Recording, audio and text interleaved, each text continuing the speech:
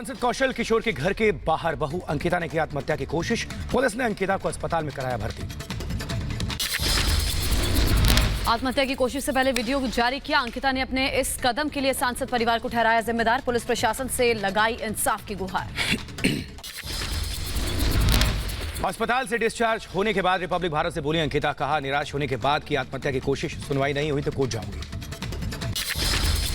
सांसद के बेटे आयुष ने कल ही किया था सरेंडर। आयुष के खिलाफ खुद पर गोली चलवाने का आरोप। आयुष ने पत्नी अंकिता पर लगाए थे आरोप। पश्चिम बंगाल में अमित शाह के दौरे का दूसरा दिन। आज झारग्राम और रानीबंध में चुनावी सभा को करेंगे संबोधित। सांसदों को विधानसभा चुनाव में उतारने को लेकर कांग्रेस ने बीजेपी पर साधा निशाना। कांग्रेस नेता राशिद दलवे ने कहा, बीजेपी के पास कैंडिडेट की कमी, इसलिए सांसदों को दिया टिकट। चुनाव आयोग के फैसले से टीएमसी सहमत नहीं। सौगत रॉय ने कहा, चुनाव पर्यवेक्षकों की जांच में विश्वसनीयता की कमी, घटना की होनी चाहिए उच्च स्तरीय जांच। वहीं रिपब्लिक भारत से एक्सक्लूसिव बातचीत में ममता की चोट पर बोले अमित शाह, कहा उम्मीद है हार के लिए टीएमसी चोट का बहाना नहीं बनाएगी। पश्चिम बंगाल में ममता बनर्जी को चुनाव प्रचार के लिए जोगी का रथ किया जा सकता है उनके लिए। जनता कांग्रेस छत्तीसगढ़ के अध्यक्ष अमित जोगी ने प्रस्ताव दिया।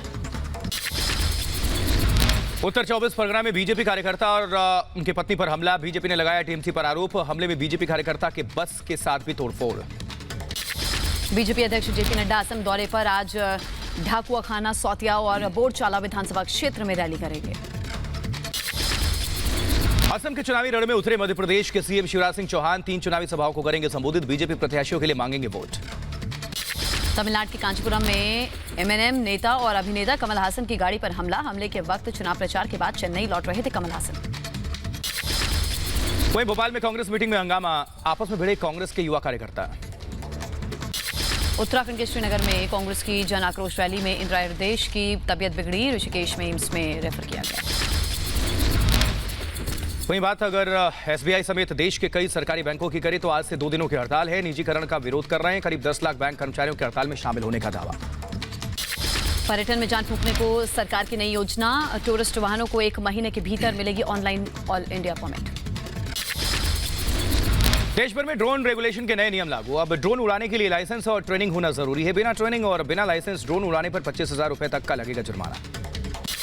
अक्टूबर महीने में जयपुर और दुर्ग के बीच सभी ट्रेनों का परिचालन और ऊर्जा से होगा। योजना से रेलवे को हर साल 14.5 करोड़ रुपए की बचत होगी।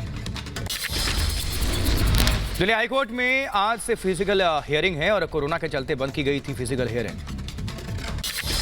हरियाणा की तरह झारखंड में भी निजी क्षेत्र की नौकरियों में मिल सकता है 75% आरक्षण। जल्द सोरेन सरकार कर सकती है ऐलान। NH-24 के दिल्ली से गाजियाबाद की तरफ जाने वाले लेन का खोला गया मार्ग। करीब 1 महीने से ज्यादा वक्त से बंद था रास्ता। पंजाब विधायक सुखपाल खैरा को एनफोर्समेंट डायरेक्टोरेट का समन। दिल्ली में 17 मार्च को पेश होने का आदेश। खैरा के बेटे और पीए को समन। सुखपाल खैरा पर मनी लॉन्ड्रिंग के आरोप हैं।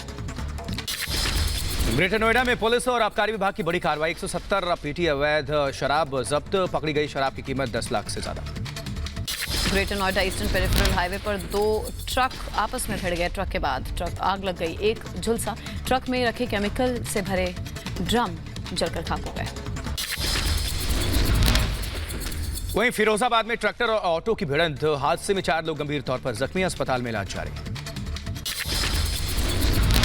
वहीं यूपी के रायबरेली में शख्स ने बहू और भाई पर कुल्हाड़ी से हमला कर दिया। दोनों अस्पताल में भर्ती हैं। पड़ोस में रहने वाले भाई ने की थी बहू को बचाने की कोशिश। रायबरेली यूपी का मामला।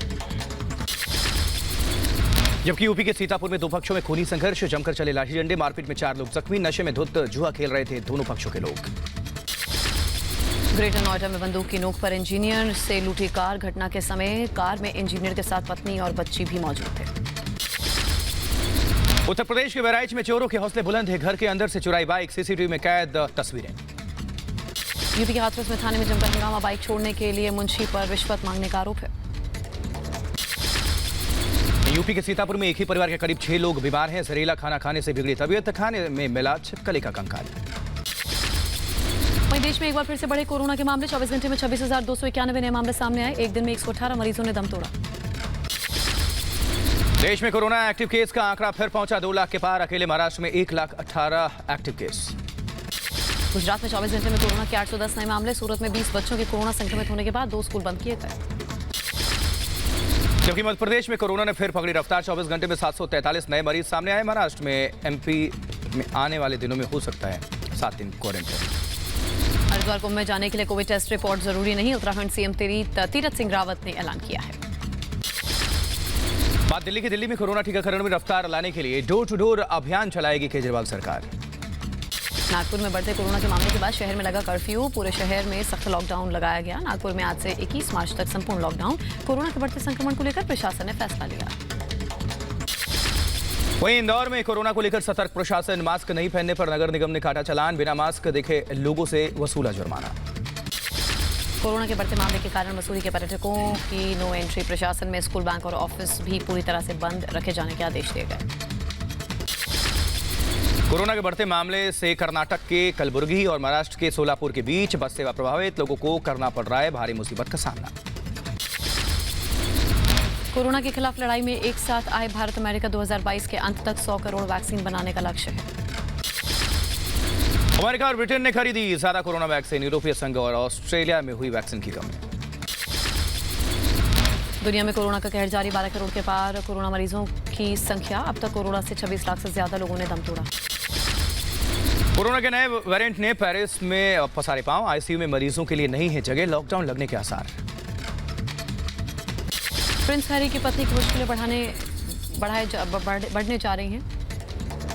ब्रिटिश शाही परिवार से दोनों अलग हुए हैं। देखिए, लॉ फर्म करेगी मेघल पर लगे आरोपों की जांच।